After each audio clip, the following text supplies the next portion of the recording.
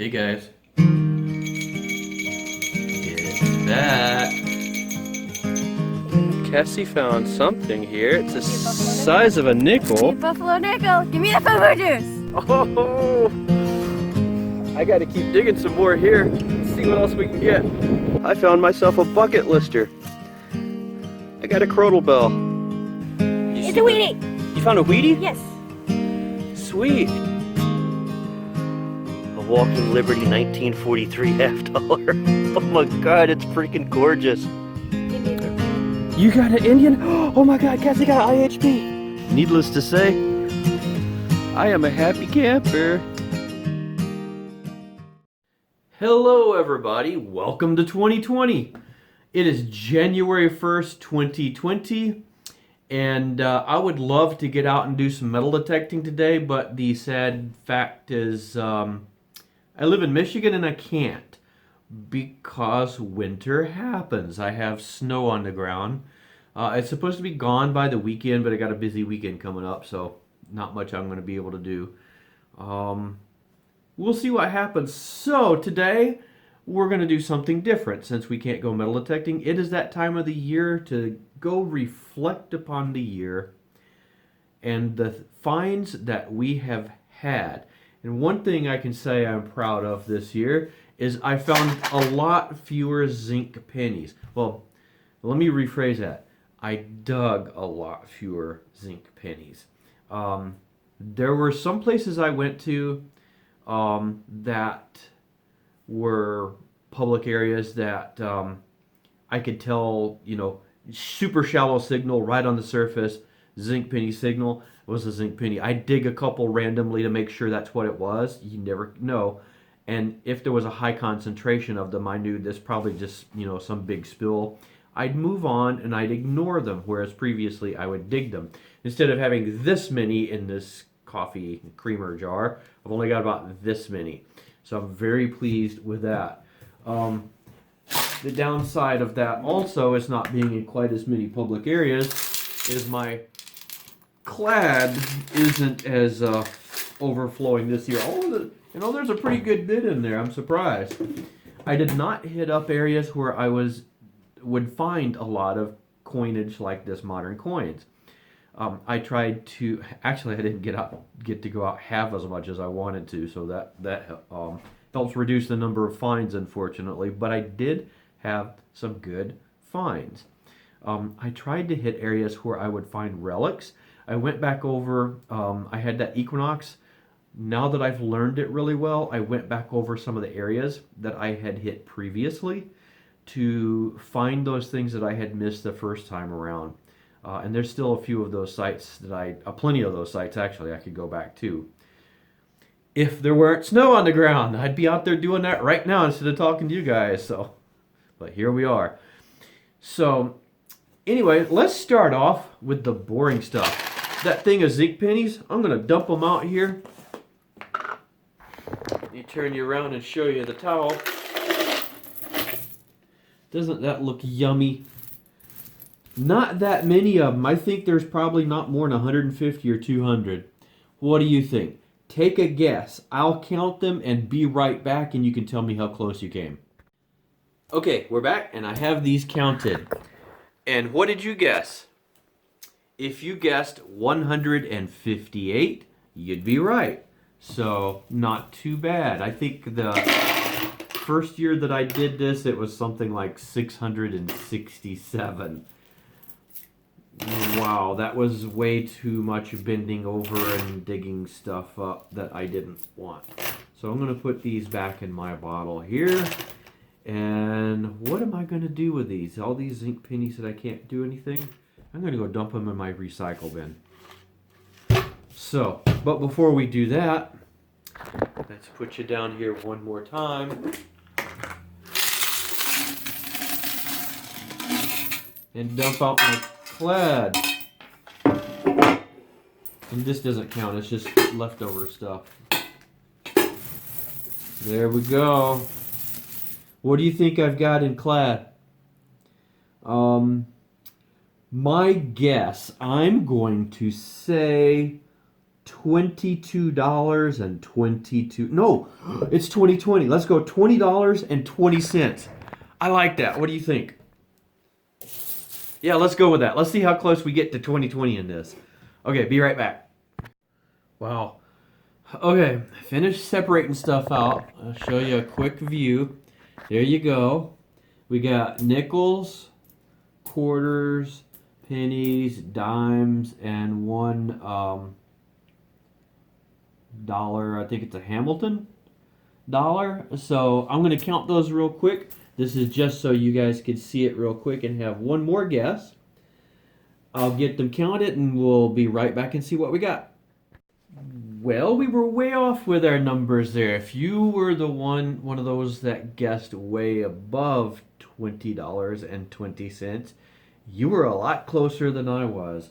I didn't realize how much I had there. I'm not disappointed or anything, but I was way off. I had more than $20.20 just in dimes.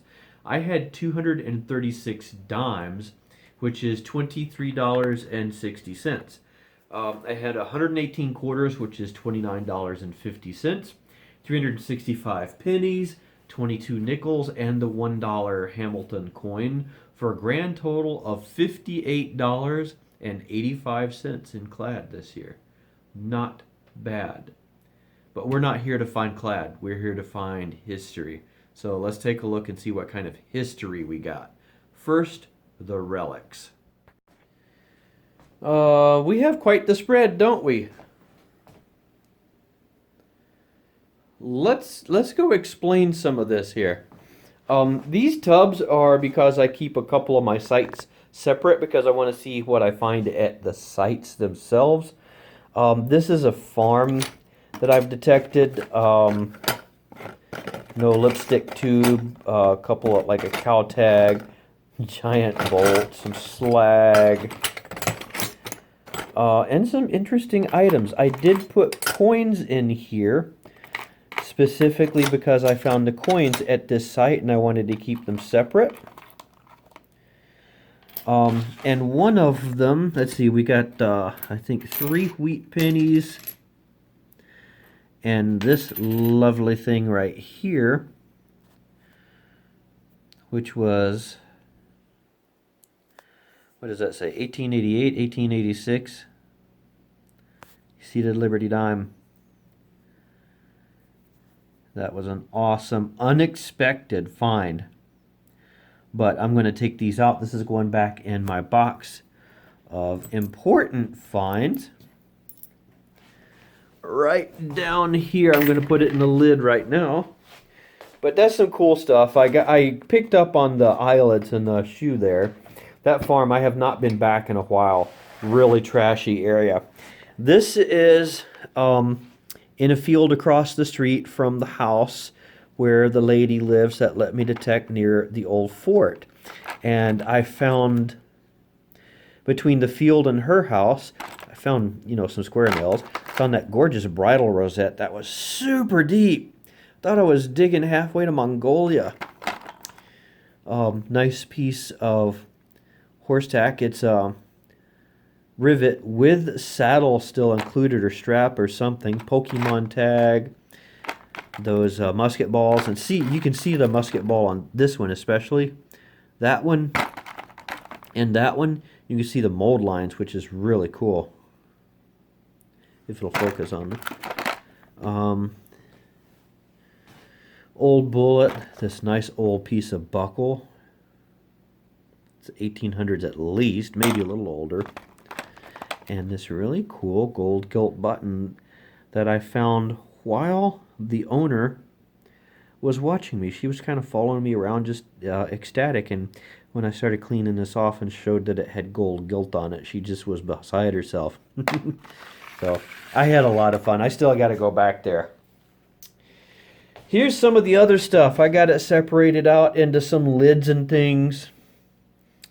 Some square nail examples, just a couple that I retained. That big iron ring, some lead, scissors, like an escutcheon plate kind of thing, part of a buckle, a Rains guide, keys, ammunition. I got 3 more rivets there. gun part. That's actually part of a candlestick holder. You know, you put your finger in it and you got your plate that your candle goes in.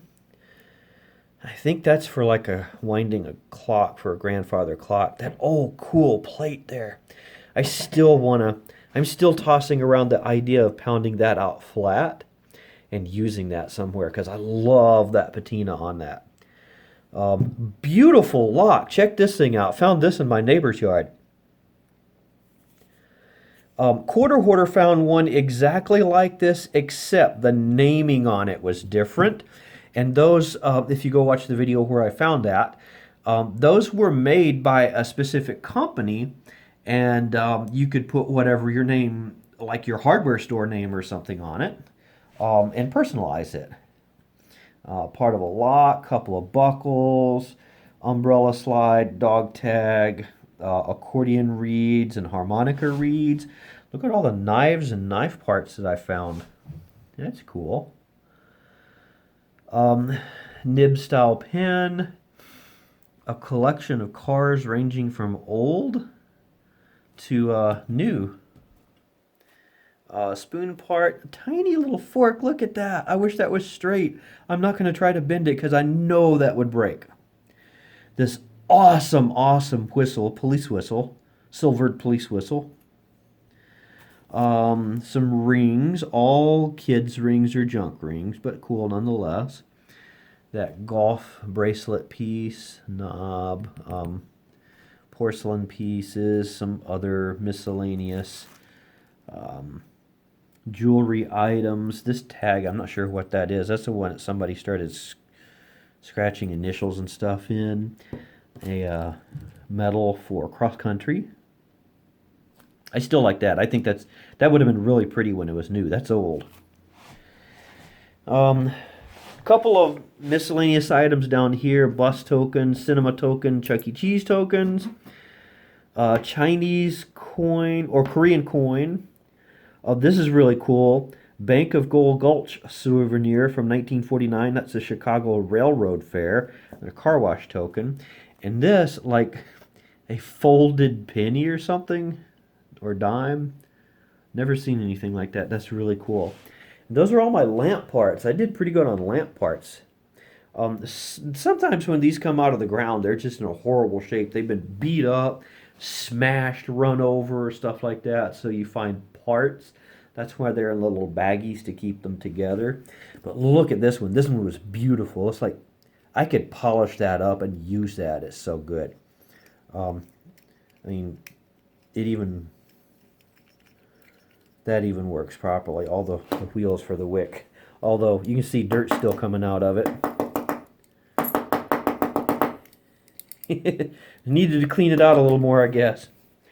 So that's the Relic stuff. Let me set some of this stuff out here and we'll see what kind of good coins I got. Alrighty, and here is the pile of stuff from I call it my good finds box. It's like anything from wheats that I keep track of to silvers and stuff like that. I had 45 pennies that I was able to put in my book for my Quarter Hoarder Wheat Cent Challenge. He's got another one started since it's 2020 now for 2020. I don't know that I'm going to empty my book and start over. I think I'm just going to continue trying to fill this one in. And I'll keep track of the pennies that I find throughout the year and see if maybe I have a way to figure out which ones I put in for this year or something. I don't know. I'll work on that. There's the stack of ones that didn't fit in the book, though. There was 45 in the books, 73 on the stacks there, for a total of 118. Starting over here, I got some, I think that's just gold-plated, some silver jewelry, and other miscellaneous stuff. That's really delicate thing right there. What was that? Oh, that's that alpaca coat tag. That's an old bus fare from the city I live in. This I really liked. It's cool. It's like a play sheriff's badge. except maybe it was given out by the sheriff or something for it says Kalamazoo, Michigan, and it was heavily decorated. Look at the way that they've etched stuff in there. That was, and they put Vivian in. That was lovingly done. This, I would love to know the story behind this. This is one of my favorite finds of the year, simply because of the personal connection. Um, I did get some play money, a couple of penny or 5 cent pieces. Um, I don't know if that's a valid, just the top to a two-piece button for like a World War II or something, or what that is. Um, that could be a band. I don't know. I'm not real sure. Um, let's see what one. That one was cool. This is that Royal Canadian Air Force button. It's still got a little gold gilt on it. This is a really cool old button that we dated to between 1820 and 1840.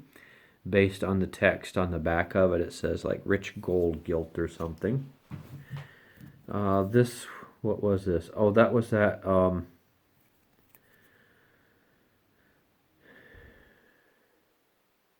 What was that? Like a token of some sort there. I forget. Let's zoom in and take a look. William Henry Harrison. Oh, that's that Cracker Jack thing that you had to send away for. I remember now. I got 3 Rosies, 3 Washington quarters, a war nickel. Got my first steel penny. Those are easy to tell. Got 15 Mercs, and 3 of them I didn't put in little holders down here. And look at the patina on that. Oh, got 2 marbles too. Look at that. Coming down here, I got that awesome 1886 seated dime that I showed you earlier. The 1896 O Barber dime. That one is low mintage too, if I remember right. There was only like 150,000 of those minted. Got that 84 seated Liberty quarter in an area that I had searched already at that school. Got 11 IHPs. That's the last one for the year that I got right there, and it was an 1868 hold. I think it was 68. 68? No, it was 1886. Not 68. Pretty sure that's what it was. Got 3 buffaloes. Got that shield nickel that we never did actually identify, but I want to say that I can make out. These were made 1860 to 1880 something or other, I believe it was. And I'm pretty sure I can make out the 18, and I want to say there's a 6 next to it. So I think this is an late 1860s. Got that coin that was from Singapore. It's an early one. It's like 94, or fairly modern. Got that 64 20 centimes from Belgium. I put France because it's written in French, but it's actually Belgium. And my oldest find, confirmed for the year, is this Chinese coin from the Qin Dynasty. Don't tell me which. I don't know. Oh, actually, that way is upright, I'm pretty sure, right there. 1736 to 1795, those were made. So, looking out through there, did we miss anything? No, I think we are pretty good. Well, there you have it. That's the year in review. That's all my stuff, and I got to clean this mess up now. That's the kind of mess I don't mind cleaning up because I'd much rather be out there digging it than sitting here looking at it. But snow happens. If you guys are out there watching this and you're in the northern states, I know you know exactly how I feel. Actually, I think you guys in the southern states are getting a lot of rain lately, so you probably got mud to deal with, so you're probably pretty frustrated too. I've had a great year. I've gotten a lot more older items, relics and things like that. I still want to hit that first copper. Like the British coppers have not done that. In Michigan, up where I'm at, they are very hard to find though. because our history is more recent than the stuff on the East Coast, we just don't see that kind of stuff very often.